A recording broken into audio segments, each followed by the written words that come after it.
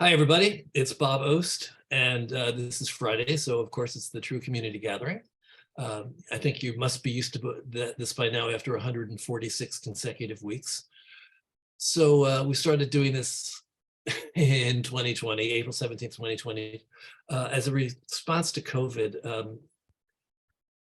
I was not the only one, I think, who was sort of dismayed and freaked out by having to go into quarantine. And I discovered that other people in True and in my community also were looking for something to do and someplace to be so that they wouldn't feel so alone and isolated. So we opened up a Zoom room. I I didn't know much about Zoom, and I had to really make a quick pivot to get here. But it changed True, it changed me. The quarantine changed us all in one way or the other, but very specific ways for me, for myself and for True. It changed True because by going virtual, we suddenly were available and accessible to people outside of the New York area. So we became kind of global. Right now in our room, we have people from all over the United States. I don't think we have anybody from across the ocean, but we normally do. And the other thing that happened was that I couldn't do my programs live. I'm a theater guy. I'm a live theater guy. That's what I do. That's what I've always done. I've done it for more years than I'm going to tell you. And suddenly there we were having to rethink things virtually. And I knew back then that a lot of people were very resistant to Zoom. A Zoom meeting or a Zoom reading or a Zoom production were kind of anathema to a lot of people, and nobody wanted that to be a thing. And so we had to face the fact that we couldn't do anything live. And the only resource that was available to us that I could see was Zoom or virtual platforms of various sorts. Zoom happens to be Zoom is now the Kleenex of virtual platforms. Everything is Zoom for us. But I had to really embrace Zoom. I felt in order for it to actually work and be something viable for us as a community, as a theater community. So we started doing our programs on Zoom, but we also started to do our gala. I couldn't figure out a way to virtually send people undercooked chicken for a brunch. So we had to move our gallery, our gala to the virtual platform. And I rethought everything that I had done before. I didn't do this easily. I didn't do it completely willingly, but I rethought everything and came to the conclusion that if we're going to try to do things on Zoom or virtually, we might as well do them in an interesting and creative way that uses the medium. Not everybody took that approach. A lot of people are still digging in their heels and saying, I don't want to be on Zoom. I don't want to be virtual. Don't want to do any of this. But what we discovered was there was a great reward in the willingness and openness to embrace Zoom and to embrace virtual. I keep calling it Zoom. Like I said, it's the Kleenex of virtual. It's not, I know not everything is Zoom, but everything for us has been Zoom. So we created a gala in 2021, which I called TRUSpeak, Hear Our Voices. I knew that a live event has a different feeling than a virtual event. In a live event, we would honor people, and it was an exciting live thing, and we'd have performances that would sort of pay tribute to the people we were honoring. It didn't seem to fit for virtual, but what I thought might fit would be the opportunity to show new voices, new works by playwrights. We've always been a playwright organization. We've always been playwright supportive, but all we had for a while was our True Voices reading series. And that was we only had the ability to really highlight, showcase three plays and 3 musicals per year. So this was an opportunity for other writers who are part of True, and a lot of writers have become a part of True over the years. This was another opportunity for them to have their voices heard and supported by what we do. So the first gala, Iben Cenholt was my guide on all of this, and you'll meet her in a moment. But Iben and I talked, and I decided that the only sensible thing to do in creating a play as a virtual presentation was to have a technical person involved from the start who understood the medium better than we might and would be able to help envision it in a different way than we might have on our own. So that's where we all started with this hybrid thing. I mean, now that we've come into live performance again, sure, we could all just go back to theater. We could all just like go leave our apartments again and go out and be live and all that. But I am still attached to virtual. I am still believing that virtual is a very useful and creative part of what we do and what we can do as theater artists. So all that said, I'm going to stop talking and I'm going to bring on my guests and introduce them to you. And we're going to talk about what happens when you take a play and do it virtually. Is it still a play? And that's the question I always love. Is it still a play if it's virtual? And we're going to talk about how you rethink play for the virtual medium, and ultimately how you create a successful virtual presentation that, in this case, in three of the cases tonight, all made it into film festivals. So that's a big introduction. It's a heap of stuff to start off with.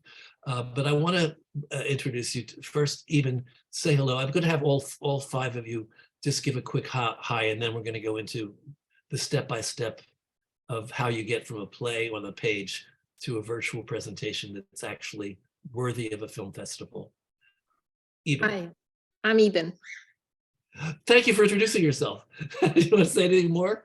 Tell us a little bit about your background. I've been involved with theater locally in Connecticut. The last is coming up to 15 years now. And part of that brought us to film a lot of these theater productions. And I also have an IT background. I'm a web designer of old and stuff like that.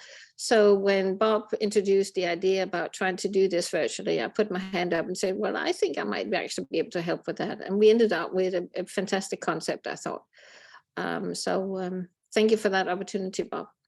Oh, thank you. Thank you so much.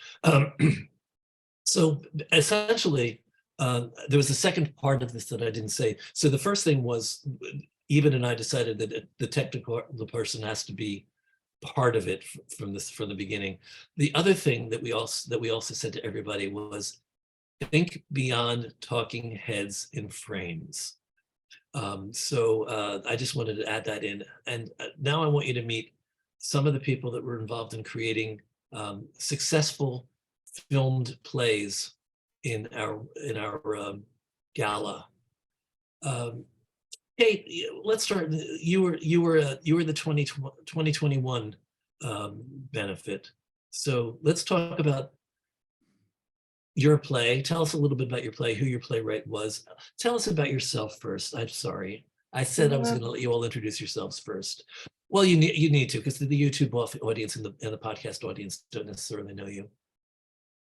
Sure, happy to. Thank you, Bob, for the opportunity. So I founded Create Theater. I'm a dramaturg and a producer and a director. I founded Create Theater in 2016, and I was already online because I was working with writers on 3 different continents. So when the pandemic hit, I was already set with Zoom and I knew how to use it. And we had readings already. And so we immediately, I think that I was one of the first Zoom readings, but who cares at this point, right? Because the very first Monday we had a Zoom reading, because basically I just wanted all my writers to keep going forward. I didn't want anyone to disappear down the rabbit hole, and I just wanted us all to be sane and move along. And I knew that there was a potential for an opportunity for a company, because writing is a lonely job. So we did it all through 2020, as you know. And while we were doing it, some people like Joel Krantz, like David Krakowski, who is here, figured out a way to put their musicals onto a Zoom platform.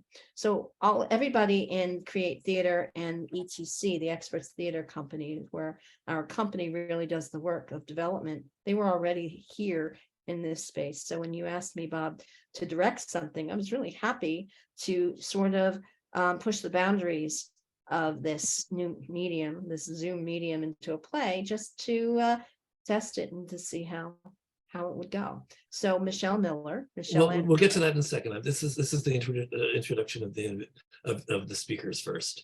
The introduction of the speakers sounds like something with fanfare should go with that or something. John Busser, you're the one writer that I have with us today of the three plays that we're going to be talking about. So tell us a little bit about your background and just tell us a little bit about your play before we get into more detail. Okay. Hi. I am a graphic artist and actor and playwright from Cleveland, from Avon, Ohio, which is just outside of Cleveland. And the play that I wrote that TRUSpeak did last year was called Obstacle. And it was taken by Glynn Borders and turned into a terrific little short film. And although Bob had said, you know, you want to get beyond just talking heads, mine happens to be a monologue, but Glynn was able to do a lot of interesting things with it so that it wasn't just one person talking into a camera. So I was very impressed with the final product.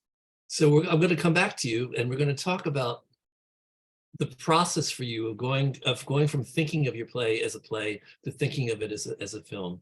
And I get from what you said that a lot of that had to do with Glynn. So let's meet Glynn for a second. Glynn, say hi. Tell us about your illustrious award-winning background. Yes, award-winning from my musical, The Dark Star from Harlem, The Spectacular Rise of Josephine Baker. How many Delco awards did you win? We won 5 Adelco Awards, including Best Musical. Okay. If he wasn't going to say it, I was going to say it. Thank you, Bob. I appreciate that. You always give me the opportunity. The Obstacle is my second play turned into a little short film. The first one was Out of Order by T.Cat Ford. And with both, which was in TRUSpeak in 2021. And with both of them, as soon as I read them, I knew I had to do them based on the subject matter. And I wanted to get that in because I got in because of Out of Order and T-Cat's play. But John's play, Obstacle, jumped off the page at me.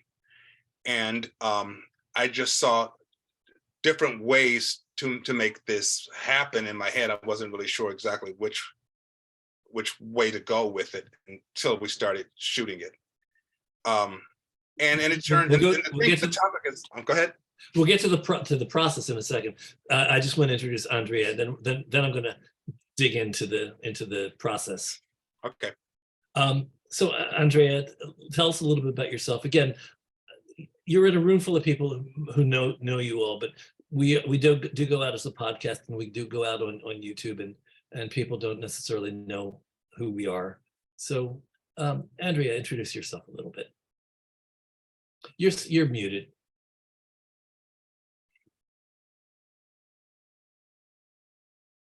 Hi. That's better. I'm a native New Yorker. I live in Manhattan Plaza. You probably know many people who do. And grew up, I started dancing when I was 5, danced for the New York City Ballet. Then I was in the Fame School. I was in the drama department, high school performing arts. I was in Fame. And my dad is an award-winning film editor, and he started at HB Studios with Bill Hickey. So I was kind of weaned on directing from early age. But you also had film in your background, so that also makes a difference. Yeah, we'd be watching television, I was 6, and he'd say, "You see how that actor's indicating?" So, So and then wh- yeah, No, no, no. I just, now that we met all you all, I just want to start a conversation. I want to go from the page. I want to start with the play on the page, and I want to talk to each of you about the process of rethinking a play. We have one writer with us, so I want to start with John. John, when you wrote Obstacle, you really thought it was a stage play, or did you think it could be a film? I never envisioned it as a film. I just wrote it to be a monologue. Funny enough, I wrote it to be a Zoom monologue because at the time I wrote it, I was part of a program which I'm still part of called The Dark Room at Cleveland Public Theater. And what we do is we take scripts that writers write and we do cold reads of them. And it's to help the writer just hear it out loud. And so when COVID hit, we switched over to a Zoom format. And when I came up with Obstacle, I wrote it, basically with Zoom in mind, but I hadn't thought of it as a film.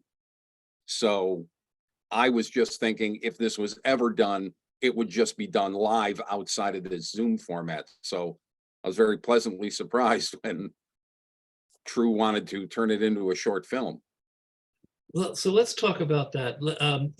In this case, you're the one writer director team I have with us today. So let's start about your process. Glynn, you started to say that it jumped off the page for you. Let's talk about Out of Order as well, since you did that in 2021. What for you as a director told you that those two plays would make, because you read other things, and these were the two that you said, oh, no, these are the ones I want to do. Why was that? What was it about them that said possible film to you? You're muted. The story. I think you have to start with the story. And both Out of Order and Obstacle has just great stories. Out of Order had flashbacks from present day to 1969. And I knew the first thing I had to do was just get the actors to tell their story through the script. And once I had that, then I could start concentrating on how to make that work. So when I was thinking about 1969, and I was a kid in 1969, I just remember pop art everywhere, the monkeys, and I forgot what's the pop art artist who was all over the TV with the big flashing stuff all over. And I went, this is how we go. This is our vehicle to go back in time. And Laughing is another one I think of. And Laughing, yeah. So I just, even though it was a very serious subject matter, and I thought it was so serious that if it was just them talking, our eyes may glaze over. It's very, very serious, but we needed something to kind of carry the story. And so I came up with a visual vehicle to carry that on, and I think it worked really well. So John, let me ask you, were there any moments in this process, and I'm going to bring Iben into this as well, because Iben was also involved in all of these plays. In this process with Glynn, at what point did you feel comfortable that, oh, this is going to be a little different than I thought it was going to be, but I'm open to it? I mean, writers have to be open to it. I mean, it's not going to be like a stage presentation once you start doing it on Zoom. Were you comfortable with that from the start? Did you wonder?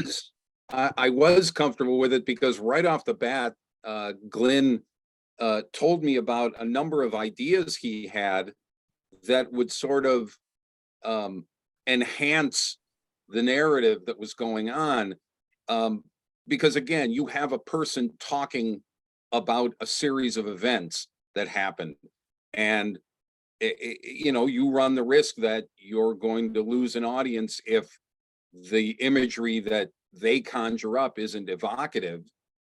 And hopefully the words do that. But at the same time, Glynn was suggesting some things that I hadn't actually intended, but that they really enhanced and added to the narrative And because they were some visual shots of something other than the person talking, it allowed like an expansion of the story that you might not get just from listening to a man recite a series of events. So I like the fact that his visuals that he came up with sort of expanded the world of the play. So Iben, let's talk about it from your perspective, because you're the technical overseer of everything that happens in these benefits. And in some cases, you wound up being the editor, not unexpectedly, but you did wind up doing the editing for them. What is it that what do you say to the director at the beginning? We have people actually in the room who are in this year's benefit, and we're already having these conversations. So tell everybody about the kind of conversations we have at the start. Well, let me start with Glynn, because I was actually Glynn's editor on Out of Order. So I was there from day one as the technologist, as we called it then. I love that term. Probably because you came up with it. No, I didn't. Somebody else said it. I said, oh, that's great. And I want to use that, but then it's okay. A tangent, tangent, go away. But the process was really interesting, because we met all four of us. At that time, the first year, there was a team of four: a writer, a director, a producer, and the technologist. And we spitballed about, so could we do this? Could we do that? You know, we had in that first play, there was a scene where she's walking through a store, and we, in the old days, in the flashback, and we went through and shared on Zoom. So what if we find this and we use this and we do that? And so it was really, really engaging as a technologist to be there from the get-go and say, okay, yeah, I can do this, but I can't do that. And that's one of the things I'm saying to the new people, the new teams that are going to be doing TRUSpeak this year, is that not all editors are created alike. Most of us think that we are special. But basically, we have different capabilities. And year one, there was a lot of green screen and compositing. Year two, we had half of the teams, and that's where John's play came in. That the technologies they had on John's and Glynn's team for Obstacle, I'm fairly convinced was out of her depth in terms of what do we do here. And that was one key thing that she missed, which was actually to be there during the taping. And I was called in emergency for that taping, because John and his producer, you were there too, John, and Glynn, right? You were all three of there when we've taped that, right? Right, Maureen was the... Yeah, was the producer, right? So it was taped in the actor's kitchen, and with a green screen behind him. And I just want to note to the room that the playwright Patrick Williams, Ian Patrick Williams, is now here. So welcome. We're going to have a conversation with you and Andrea about your play shortly. So Iben, back to you. So basically, one of the technologists had to deal with after the taping was that there was a lot of hum, because the fridge and so there was lots of audio issues that needed to be dealt with in post. And that's one of the things I'm saying to the teams this year, is that you really need to have these things sorted out before you even tape, because otherwise the big difference between doing this and doing theater is that we have to put tech first. Tech is both the platform, but also the limitation, as well as the opportunity that we have when we do this. And that sometimes as a theater person, you're used to sort of feel your way through, and you do the blocking, and then sort of it I'm sure Cate and Glynn both, and Andrea has that. They know that it's sort of coming to them because it's a collaboration on stage. Unfortunately, here it needs to be a collaboration in imagination before you actually go in and do the taping. And that's sometimes that's, that can be a new thing. And let's just state that I think this would be correct to say that what you call blocking on stage is essentially framing. You have to actually frame your shots, and so that's kind of the difference between stage and screen. I mean, there's blocking essentially that happens, but it's framing people in your camera view so that they're in the right place, and all that sort of stuff.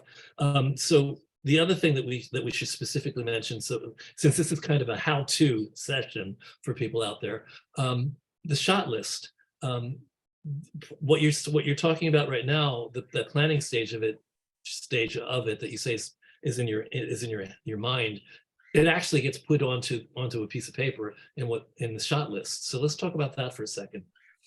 Well, a shot list basically is, we've all talked about no storyboarding. That's kind of also being used in theater. So that is a similar scenario, but you have to do it inside the frame, and you have different options, because in film, in digital, you can get really close up, and you can like I'm sitting here, you only seeing my face, where other people you're seeing half a body. And so you need to consider what's the transition between those two, if that is what you have to do in your editing. And those kind of decisions needs to be built into the shot list, so you have that. You also need to know that once you are filming, you can't have people talking all the time. You have to have B-rolls that fills out the story, that gives people time to listen or see, because you can show more on film that you can't. And the last thing is that as an audience, producing a film, you take control of where the audience view goes. Their point of view is the point of view that you have, because they can't sit in the back of the theater and look at what happens over there on stage left, because that's really interesting. I know there's something going on here, but I really like what's going on over there. You're choosing that. So it's a kind of different way of thinking. Yeah, the camera really tells you where to look when you're watching a show. I'm always fascinated by how two people can see a completely different show at the same performance. And it has to do with the fact that there's so many pieces of information that are coming at you, and it depends on what you're noticing and what you're seeing. But the film will focus you on that. I know John's going to have to leave soon, so John. Right. I was just going to say, unfortunately, I have a show that I'm doing, and I'm going to have to leave for it now. So, Glynn, I leave it all up to you. Thank you, John. Thank you for such a great script. Good to see you. Bob, thank you very much. Thanks, John. Thanks, everybody. All right, I got to go. And Bye-bye. the role of playwright will be taken by Patrick Williams from here on. So welcome, Patrick. So, John, if I may, yes, we're talking about a shot list. Also, excuse me for 1 second, Patrick. Just so you know, we can't see you. You're in darkness. That's okay. You deal with that and go back to Glynn. Glynn. Yeah, you have to treat your shot list like writing. You can't be married to certain things, because when you begin to edit, you'll begin to realize it just doesn't work. So be open to throwing things away. The good thing about it in editing, if you throw it away and you decide to come back to it, it's still there if you find a way to use it. But it's in terms of telling the story and the economy of telling the story, sometimes you have to be willing to throw pages away, throw shots away, or whatever in order to enhance your story. And get a good relationship with your technologist / editor. Everyone knows I call Iben my tech goddess, because and Jens was in on it as well. And we had such a great working relationship that telling this story became so much fun for us. And we found different ways of doing it. The close-ups that we had in the show, we didn't shoot close-ups. We did that in post, and so you could do a lot of that. So I would say, moving ahead here in my own head, the most important thing to do when you're directing one of these is just tell the story. When you tell the story, your actor, you get a good performance out of your actors, and every character is clear, or one character, whatever. You can fix it up as you're going, especially if you're working with Jens or Iben. They're very, very creative, and they will help guide your story along. Well, thanks. I want to bring the other plays in. Cate, oh, you know what? I did want to ask you about one thing. One thing that you didn't talk about, Glynn, one of the creative choices that you made that I'd like to mention, because it was an interesting choice. You used a combination of black and white and color. Yes. I thought the story cried out for black and white because of what it's about. The story is about a good guy with a gun, or putting guns in the hands of teachers in the classroom. And the question, the dramatic question that John asks here, if you put guns in the hands of a teacher, what could go wrong? And we show one of the things that could go wrong here.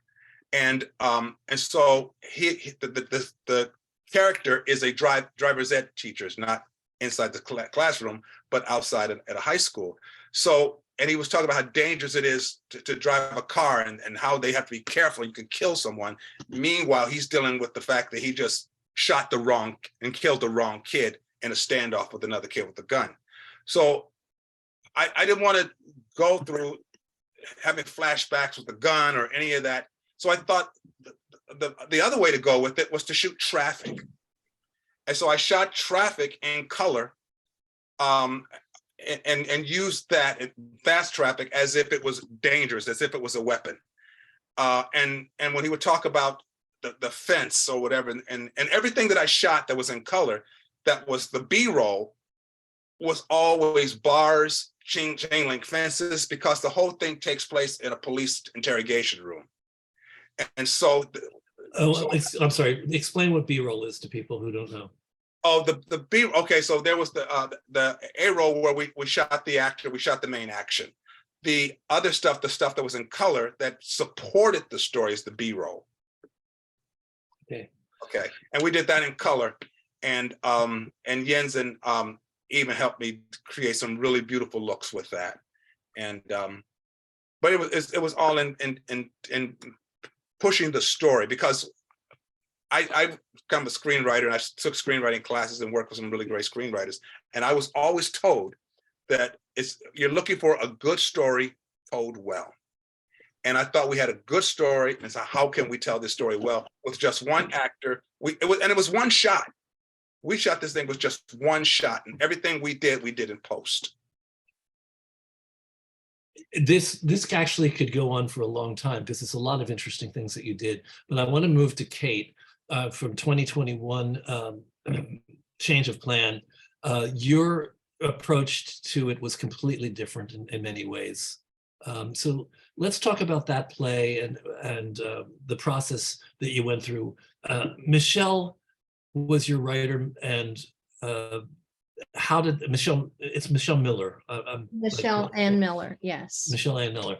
Right. So how was your playwright dealing with the idea that her play was going to be done as a film? Because not all playwrights are comfortable with the idea. I think that she did have some questions, but she knows me. I'm a dramaturg, so I kept focusing in on the text. And the first problem we had was that it was much too long. So we had to start editing it down to fit the slot. And I think that there was a little bit of leeway. So I forget how long it ended up being, but we had to have the complete arc, and it's one person. And because it's one person, I really didn't want to use the green screen like a lot of people were using, like Iben just said. Like Glynn, we also did a lot of editing, a lot of B-roll editing that was necessary to tell the story. But because it deals with panic during a woman trapped who is in an abusive marriage, and now she finds herself trapped in an apartment in Manhattan. So there was that overarching panic, and I needed to build that panic. And I was excited about doing it in video, because it's a new storytelling form. And so we had to get away from the words. I wanted to get away from the words. And then what I kept hearing every time I read the script, and then working with the actress who was wonderful, Crystal, I forget her last name. Kellogg. Crystal Kellogg, she was phenomenal, was that rising panic. And then the sense of relief when like she went out on her balcony. So I kept hearing a heartbeat, right? Like when you're in a panic situation, you hear it, right? The threat of him coming out from his office. And that was also part of, Iben was wonderful. I mean, remember trying to get the sound, the muffled sound of her husband behind closed doors on a Zoom call.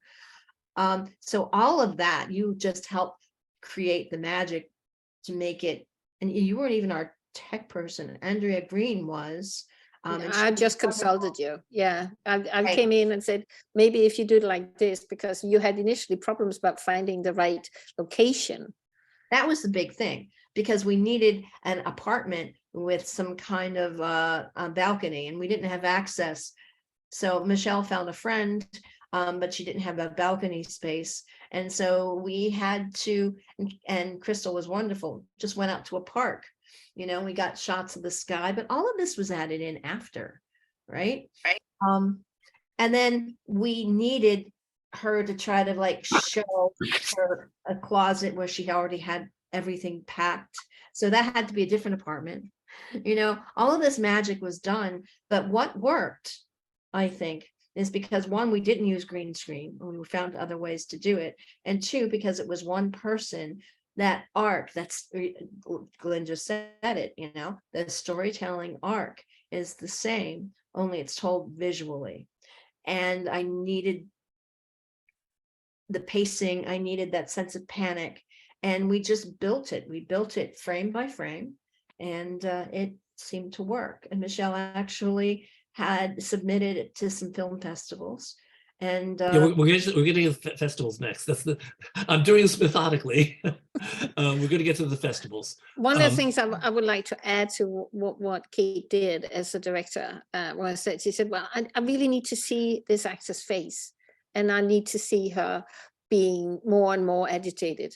So basically, Cate decided for the laptop to be the filming device that she was walking around with. Do you remember that? oh, right, yes, because the premise was that they wanted to list their apartment for sublet. And so we got that rising panic within like the tour of the apartment. So yeah, that actually, it worked pretty well, didn't it? It did. It worked beautifully, worked beautifully. Yeah. So let's move to the next play, and we're going to come back to and talk about some other things about these other plays. Patrick, I always call you Ian. So are you Patrick now? No, I don't know why it left out my first name. I don't know. Oh, okay. This is a new computer, and so it hasn't broken in yet. Okay, so it's not me. So it's Ian. Yes. So Ian, you and Andrea were the team. And Iben, actually, tell me up front, what was your involvement with slave trade?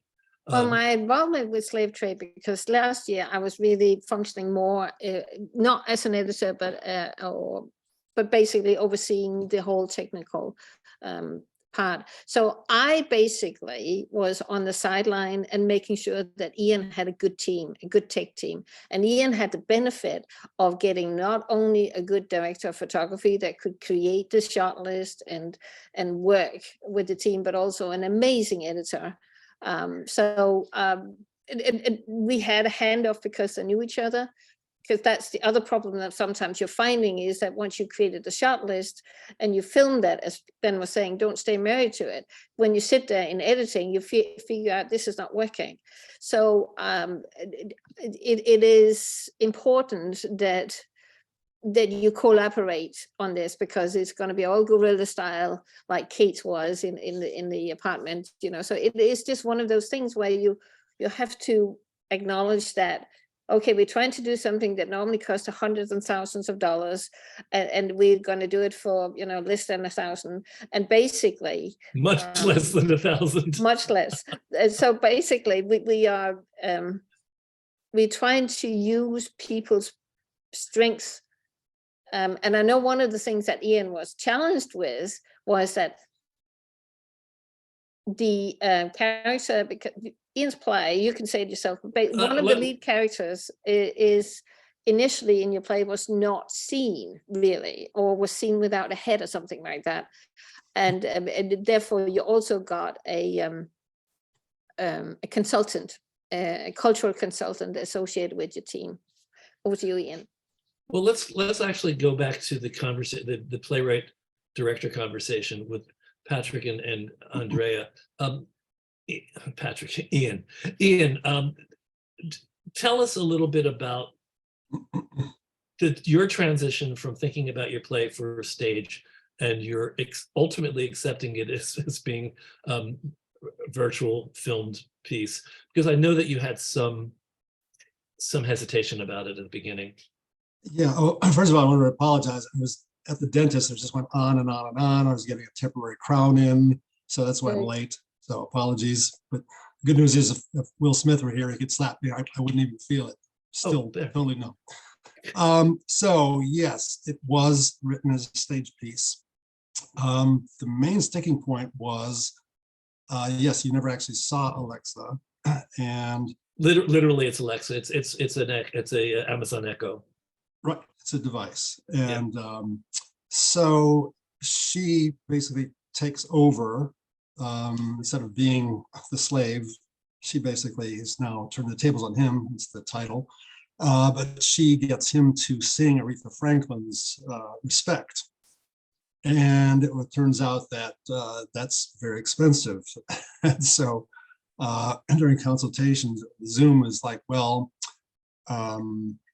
What is a potential alternative ending, and the fact that they said, we like to do special effects. And so I thought, all right. So I rewrote it so that they literally traded places, and you actually do see Alexa in human form, and Bob is now reduced to being basically the genie in the bottle now. And I don't think I hesitated. And we had a lovely Alexis. It was Brenda Braxton. Absolutely. For those of you That was who another watched reason that we wanted to show her, because we had Brenda Braxton. We didn't want to waste Brenda Braxton. from The Good Fight, if anybody doesn't know her. She's And now in Chicago. Is she in Chicago now? At Broadway, yeah. I didn't even notice. It's like, don't tell her I said that. I should go see it just to see her. So talk about your relationship, Andrea and Ian, and how you found your way from a stage play to really, it was a very ingeniously done film. And seeing it as a film, it makes you wonder, how could you ever do it on stage? I'm only saying that, Ian. I'm sure it can be done on stage, but it was so wonderful on film. It's funny. It was just done live in Santa Cruz, and when they said they were going to do it, I said, "Oh, it's interesting. I'll send you the link so you can actually see how it was changed." And they decided to do basically the film version live, so Alexa does show up at the end of the play. So now maybe that's the way it's going to be from now on. So it's interesting that it went full circle. Are you okay about that? Yeah, no, I mean, they told me that because I'm the one who told them, if you want to see the two versions, I mean, read it and then see how it was done. And they said, you know what, maybe we can actually pull this off live, and they did. So I'm going to jump, because it's 6:15 and I want to get to questions, but I want to jump to film festivals. Hey, you were the first one to contact me, I think, about the being able to do this, submit to a film festival. And I can tell everybody this, the play, the gala was done under a SAG-AFTRA agreement. It was the COVID agreement in 2021 and last year. This year it's a different agreement. We can talk about that as well. But it actually allows you to submit to film festivals.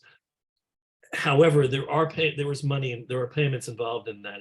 It does cost something. And since it was in the true benefit, I became the signatory for giving permission for the play to be submitted to festivals. I never would have said no, but that's how it works with SAG-AFTRA. Mhm. Yes, and she did get some awards.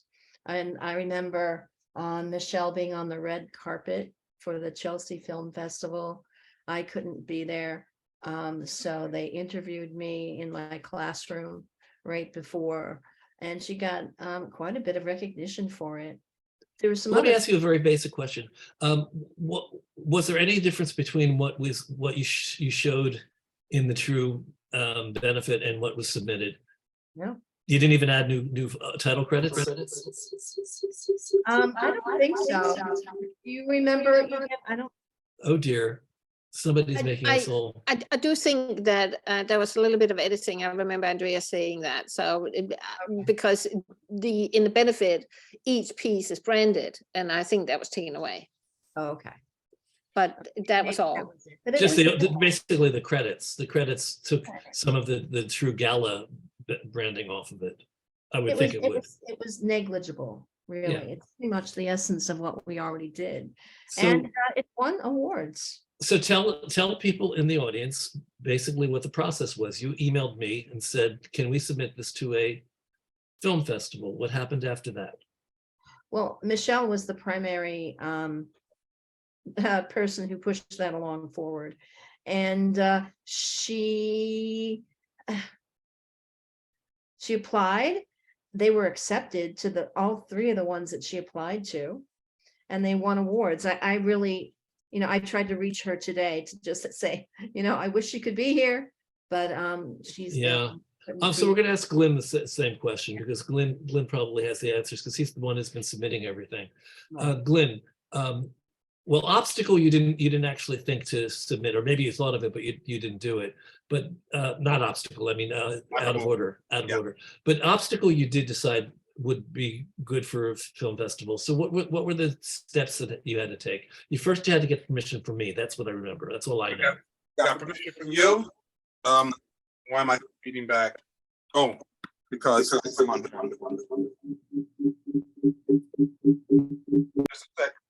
Okay. Better? Yes. Okay. Because my computer did go out again and I had the cell phone on. So then I had to get in touch with Equity and then SAG-AFTRA. And we did a dance around and around for a while. I didn't think they were taking it seriously. And then finally one day they went, okay, here's the contract. I got in touch with you again. We got it all together. And all he basically wanted to make sure is that we weren't making money and not paying the actor, is basically what it came down. Oh, so there weren't additional expenses. Now, Michelle, I know, came into additional expenses, because Kate told me that. Yeah, there was additional expenses as far as applying to the festivals. I didn't have to pay anything to SAG-AFTRA or Equity. But they said, if we start to make some money, if we get compensated any kind of way, I must contact them, then work out a contract, and then go from there. Now, I am moving on to other things because it is about gun control, I guess you could say. I have reached out to a couple of politicians and see if we can't get them to use the film some kind of way. But I'm applied to 22 festivals, and so far we've got rejected by 2, and we got accepted at 2. We were finalists in the Swedish International Film Festival, and we were finalists in the Los Angeles Film Awards. And our actor, Danny Bolero, won Best Actor in an Indie Film. And so we have other festivals coming up. Hopefully we can win something straight up. That would be great. But we're in several, because I think it's a very important story. It's a powerful 13 minutes, I think. And we don't take a political side of the issue. We just say, what if? This is what could happen. And so I think that's hopefully kind of attractive to festivals as well, because we do bring up the issue without taking a side on it. So I want to move to Andrea and Ian. What was your experience?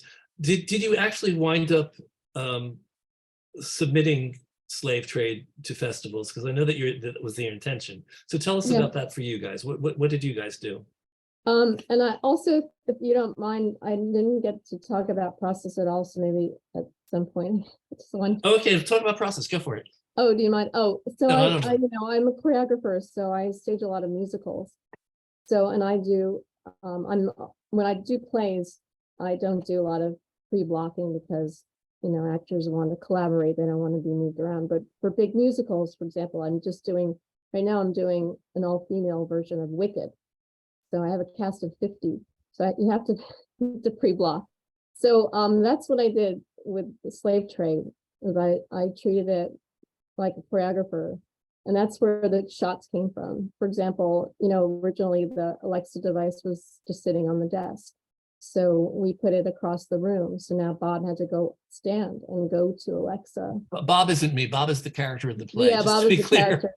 So there's the Alexa device, and then there's the abusive boss based on Scott Rudin. And so you know, I told him, so now he had to stand up to go to Alexa. And then you know, he was stiff, so he's, you know, it's really late at night. That's something Ian told us. It was late at night, he's been working all day, so I had him kind of like trying to, you know, get his mind functioning and stretching. So I mean, I basically, you know, choreographed it. So went from an executive sitting at a desk talking to his Alexa device to now there's movement, and that brought in all kinds of possibilities. For example, he strangles her, and then we had, so I visualized He holds the Alexa device and he's accused of strangling her. yeah, he's like strangling. So I had, you know, had the idea of having his silhouette on the wall, just seeing the black silhouette of him strangling her, and then hit the glow from her on his face. So you know, it just took off that way, and it was so much fun. And Ian, So, how did you feel? How did you feel about all that? Once you accepted the fact that it was going to be a film, did you just run with it? Yeah, I mean, I've been an actor for 40 years, so I'm used to, and this is a two-person play, really. So I threw in some, you know, ideas. I was not going to, you know, step on Andrea's toes, but I threw out some more general, you know, if you two people, you're going to shoot a master, you're going to turn around, you do single, then you're going to push in, and then you're going to edit that together. That she did a great job of actually keeping the Alexa away from him so it could actually get up and cross. And I just, as a reminder, make sure you've got a lot of insert shots, because what he's writing, you're going to have to do in post. But after that, I was like, you know, you go, you're directing. It turned out great, I thought. So I was perfectly happy with the end result. And I also wrote to you about festivals. And if anybody's interested, if you haven't done it, Film Freeway is kind of the go-to site. They'll list all the places, and for a minimal amount, if you want, you can also get discounts by paying them, I don't know, 15, 20 bucks a month or something. So I think Andrea kind of said, maybe you take East Coast, I'll take West Coast. I think, I don't know, it's 12 or 14. I think we've been rejected by a few, not accepted by any yet, although I did want to ask Andrea about Pinewood. Did that ever get resolved? Because I know you guys are going back and forth. Yeah, note to the wise. So yeah, I wrote down that we still have 9 in consideration. Okay. And we were accepted by this thing at Pinewood Studios. It's called it was called Liftoff, First Time Filmmakers. And we were accepted, and then something fell through the cracks, because I had to go into their website and figure out exactly what it was. And what it was is they send it out, and the audience actually votes on them, on these films. But what I didn't know is that they said they'd sent us an email saying that we had to send them the link, which was odd because we had already submitted it through Film Freeway. So what I want to emphasize to everybody is, Yeah. since I am very familiar with these 4, we're actually talking about 4 pieces. It's out of order, obstacle, change of plan, and slave trade. They don't look like plays. They look like films. And this raises a lot of controversy in the community, because it's like, is this a play or not? We take the position that this is film theater. But if you're going to film theater, either you have 12 cameras or at least 3 cameras, and you do a live capture, which is what Broadway HD does, and then you spend millions and millions of dollars on post-production, so that at least it's palatable in a filmed version. It's palatable watching it on TV. But these, these are all creatively conceived.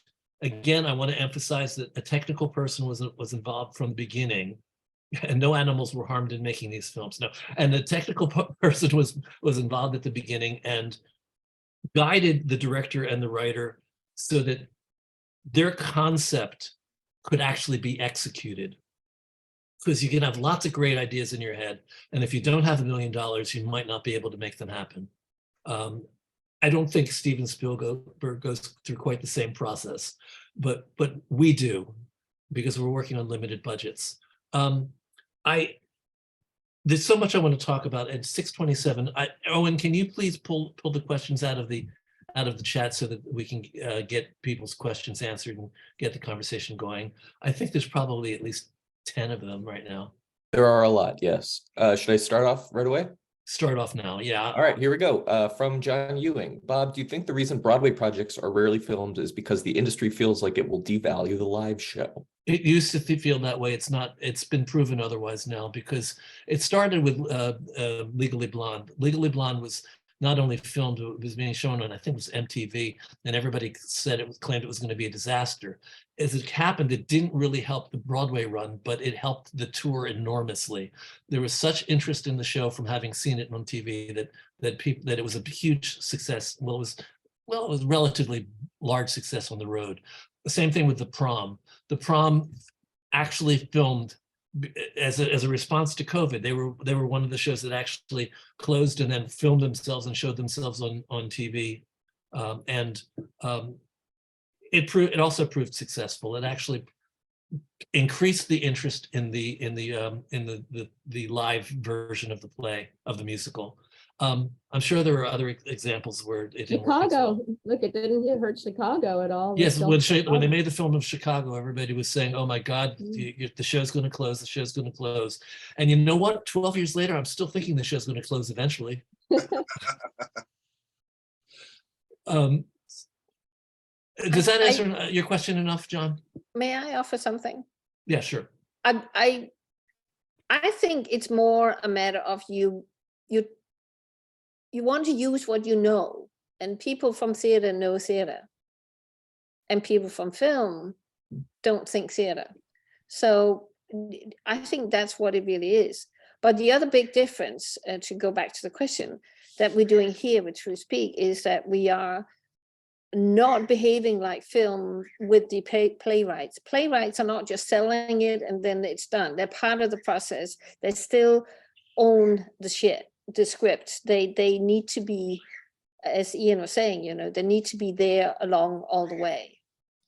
Right, and that is a big difference. And the Hollywood model is so different from the theater. We're working within the theater model, where the script and the writer are the primary. They have ownership, as Iben says.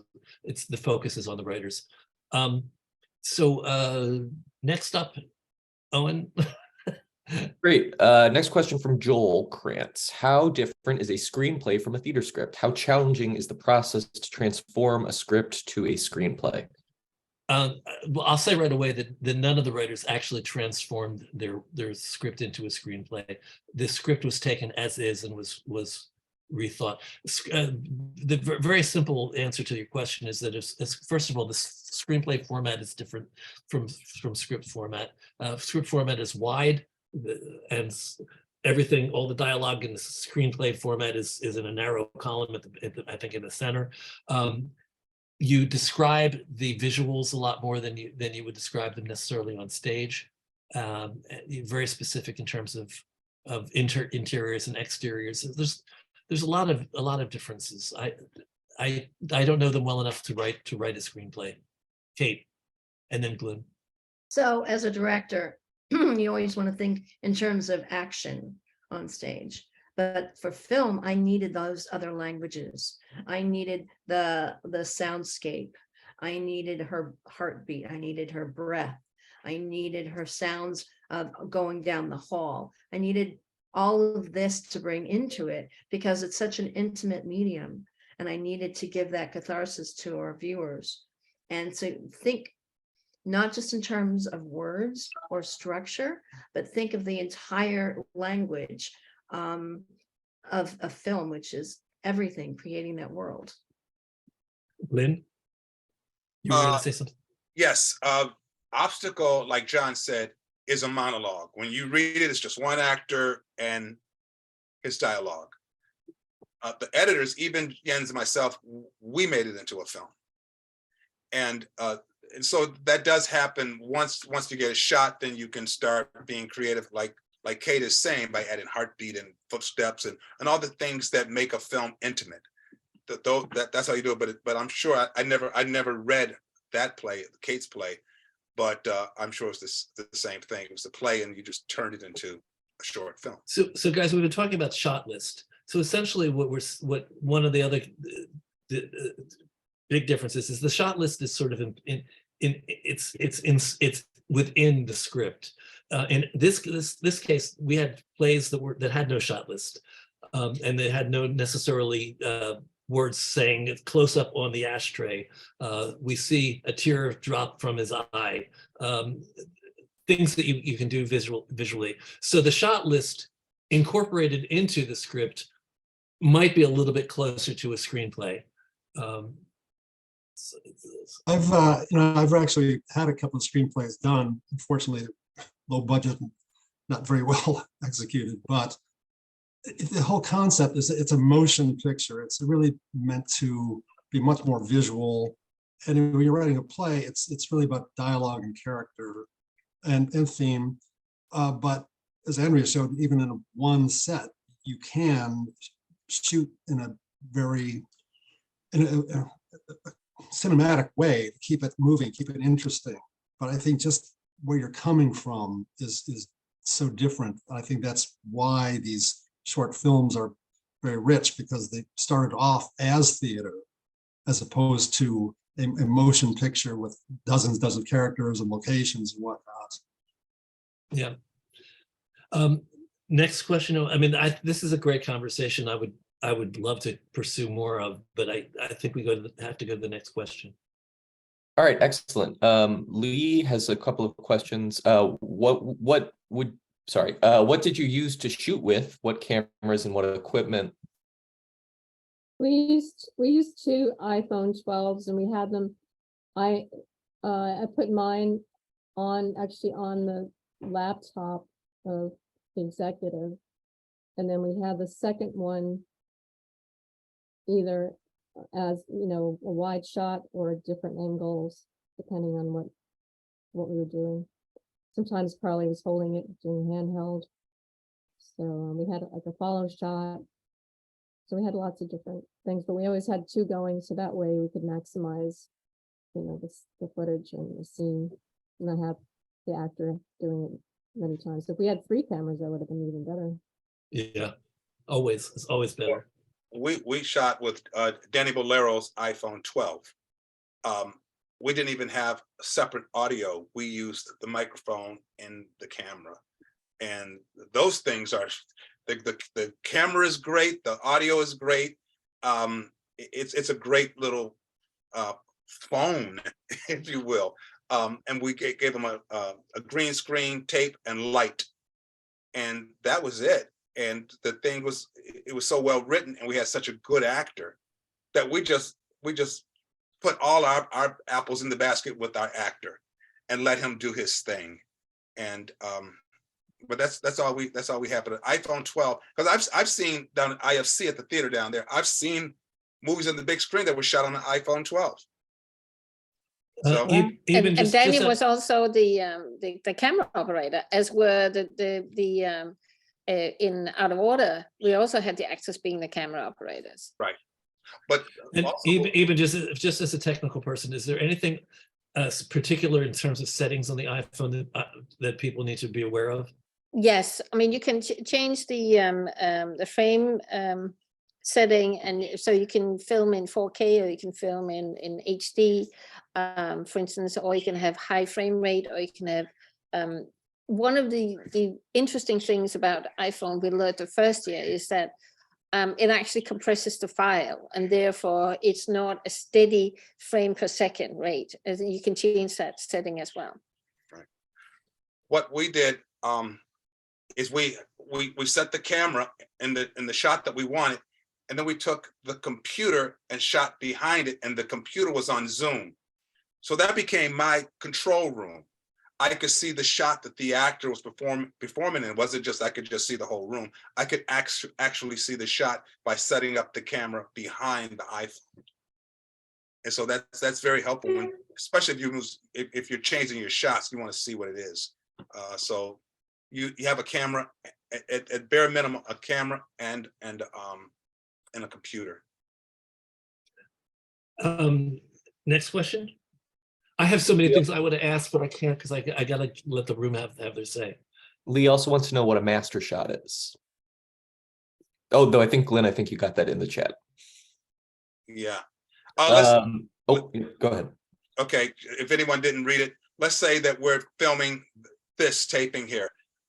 Bob here is our moderator. Let's say that's the master shot, and the rest of us are inserts that you could put in, or B-roll that we could insert later, but the master shot is Bob. If that makes As I was sense. saying before, if a regular two-person scene, that those two actors together, your master, then you're going to turn around and do singles on both of them and probably push in on both of them. Yes. And it all together in post. Yes. Next. Catherine wants to know if you submitted to any international film festivals. I have. Sweet. I've several. And like I said, we're a finalist in the Swedish International Film Festival. But I went for the big ones. I've applied at Cannes. I've applied for Tribeca. I've applied everywhere. All they can tell me is no, and and they might actually let us in, you know. And we get in, we got a shot. That's the way I look at it. So, but I really believe it's the story that propels our film, as well as an outstanding performance by Danny Bolero. Yeah, I think as we said before, Pinewood is England. I think we also did Cannes. But because it's a comedy, I didn't want to apply to any festival that just said best short, because then you're in competition with, you know, everything from action to drama, sci-fi, whatever. So I only wanted to focus on festivals that specifically said different shorts, best comedy short. So I thought at least we'd have a shot with that. Sure. All right, Ed Levy has a question. What are the benefits of winning an award at a film festival? I presume personal gratification, some marketing benefits, attendees see the work. What else? Someone may say, can you make this a bigger film? You never know. Or, you know, getting work in film, moving forward. Yeah. And for the writer, it gets your work seen by a completely different circle. You know, there's a lot of value in that, spreading your talent. Yeah. And as a director, I mean, you know, shooting something that's being filmed as a film, you are in control of how the story's told. Whereas if you're filming something on stage, it falls flat, because that's not how it's, unless you're the Met Opera and you're able to really Well, that's what do we're it the right way. What I was saying earlier, filming theater, a lot of people film their showcases with one camera and want to sell their show that way. It almost never works. It just plain filmed theater with a camera set up and watching the stage and catching what's happening on the stage doesn't work. It doesn't do what you want it to do to people that are looking at it. If you're going to do that film theater, like I said, at least 3 cameras, but Broadway HD uses 12 to 20 cameras. Cate. It's not, it's a little off topic, but being live theater is really streamed theater, which is Zoom, like what we're doing right now, right? Because if the definition of live, meaning in the same space at the same time, that's exactly what we're doing, right? So what if, do you remember anyone, A Long Distance Affair? It was produced by Pop-Up Theatrics in around 2016. They had a number of actresses in different countries. And then I bought a ticket and it was nominal, and I'd go and I would be within like on one computer, and I would have an encounter because it was mainly improvised, started off with just a monologue, but then I was able to have an interaction with somebody in a different country for 15 minutes. And it was a great experience. You know, the chef in Paris flirted with me. You know, there was a very disturbing monologue by someone in Russia.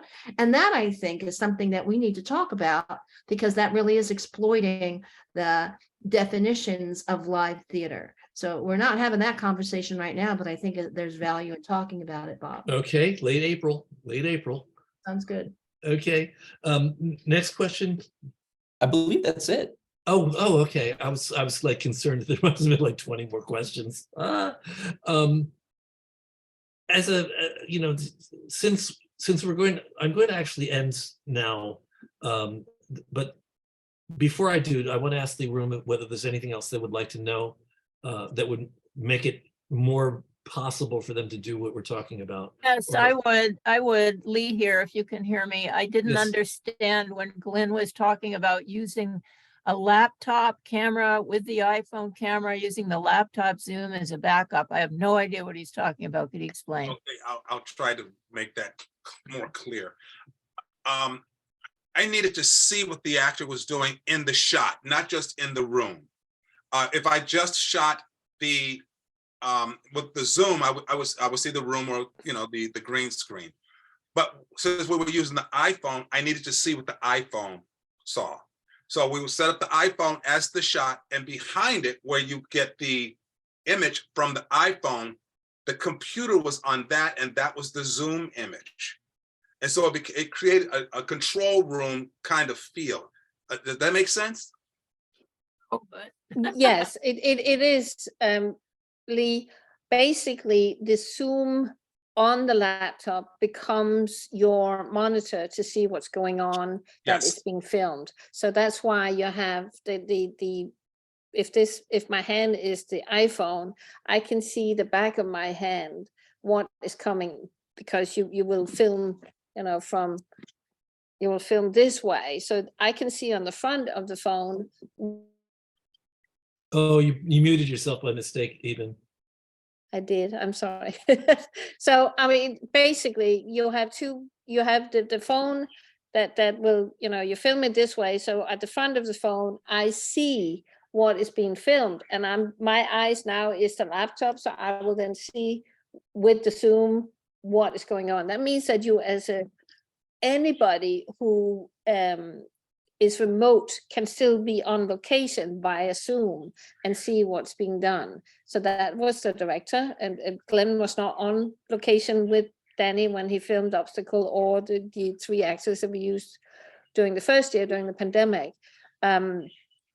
And others, you know, I've seen directors basically, or producers or writers, sit there on Zoom, and I know John was on Zoom as well, looking at what was being filmed. But see, thank you for saying that. That's why you're the technologist. Thank you. Yeah, I have one other question. You said actors can use cameras to film. Could you explain that? Well, if I'm the actor, right, I need to, right now, my camera is up there, right? I'm not using my computer camera. I'm using a real camera, but it's plugged into my computer and I'm filming with it per se. So if that was my iPhone, I would have it up on an iPad, or as Andrea was putting it on the laptop, using that as a tripod. But basically, I would have it up on a tripod, and I would then When you use say that. when you say put, this is what I think confuses me and others. When you say you put the iPhone on your laptop? Do you lean it against it? Do you tape the Yeah, two other? sometimes that's what we did the first year. We had I- three we had it- iPhones. We had it on the laptop because Bob was spending a lot of time looking at his screen. So The character, the- not me. yeah, the character in the enslaved trade, the abusive boss, he was working on his laptop. So that's why I put the iPhone on the laptop, because he was looking right Yes. at it. He was looking at the screen working and looking at the iPhone. And so we're getting this extreme close-up of his reactions. And then he would turn to Alexa and you'd see him working. So it was basically like, you're seeing this on the iPhone, but the computer isn't as good quality as the phone. So, Yeah, I the think filming of a phone is not as good as the laptop filming. yeah, it's the point. So it's the point of view of the computer screen, basically. Yeah, the laptop is just to be the monitor. So one of the things I think we did not make clear with these hybrid plays into films is the rule was from Equity is that we could not be in the room together. Everyone had to shoot at home. I had to be here, Iben was there, Danny was in his space. And so we had to have a way to see what the action was. We were not in the room together. So so that's why it was necessary to have a monitor. And I think Iben came up with that. That was a brilliant thing to come up with. But to put the camera there and so we have the shot there, and this is the computer. And so that was on Zoom. And so it was here, just like we're looking at one another. I now see the shot right here. I don't know if that's any clearer, but Thank you. And the other thing that I think we should state the obvious is that for the most part, the people were not filming themselves just as at the head. They had a space that they were working in, if they could, when it was possible. They had a space that would allow us to see full body shot. So don't think in terms of what you're seeing here on the screen. You actually saw Danny's full body sitting at a table. And Kate wants to know how we're shooting it this year. Basically, we're shooting it however your director wants to shoot it. So we don't have the limitations. We don't have to shoot everybody separately in isolation in their homes. We can do things on location now, and we can do a lot of things that we couldn't do for the first 2 years. But I think that a lot of the principles still apply. You have to make sure that whatever you want to be filming is your editor is able to actually do what you want him to do, her to do with the film, with the shots. So I don't know. Do we want to keep going a little bit longer? I think I need to end this so that we can actually maybe have an informal conversation with the room if they have other questions. Candy had one question, Candy Carly, Oh, in the chat. She asked why SAG didn't let you all be in the same room, because we were still under lockdown. contract on pandemic the first year, and the second year it was the same contract. So it was a part of the stipulation that they couldn't be in the same room. and this year we don't have to be we don't have to be isolated. We can be in the same room, and we can also be on location. And people are thinking about this year shooting things on location, and we'll see. I'm sure that everybody's going to come up with wonderful ideas, and we'll be proud of it again this year. So Jay, if you put me on speaker view or spotlight me for the ending of this, I'm going to say to everybody out there, thank you for being with us today. Thank you, podcast viewers and YouTube viewers, all the people that are out there who don't necessarily know us. I want you to know that TRU is an organization that's dedicated to nurturing and supporting theater artists and theater producers so they understand the business and that can navigate it better. If you want to be part of us, and if you want to be in the room and ask questions like people have today, then just email me, trunltd@aol.com. That's trunltd@aol.com. I'll put you on my Zoom list, and we'll invite you every week, and you can be part of the community. We'd love to have you. We also do this for free, or it's actually pay what you can. So pay what you can means that if you can't pay anything, you don't have to pay anything. But if you can pay something, we would appreciate it, because now that we're going back live, expenses are going to really double. This year's benefit is costing considerably more than last year's benefit already. So your support would really help us. That would be trudonate.com, trudonate.com. So go there and support us if you can. We'd appreciate it. And be with us next week and the week after and the week after. I've got great guests coming in every week, and I don't know how I do it, but it happens. So thank you, everyone. And that's it. Thank you, Bob. Thanks, everybody. Good to see you all.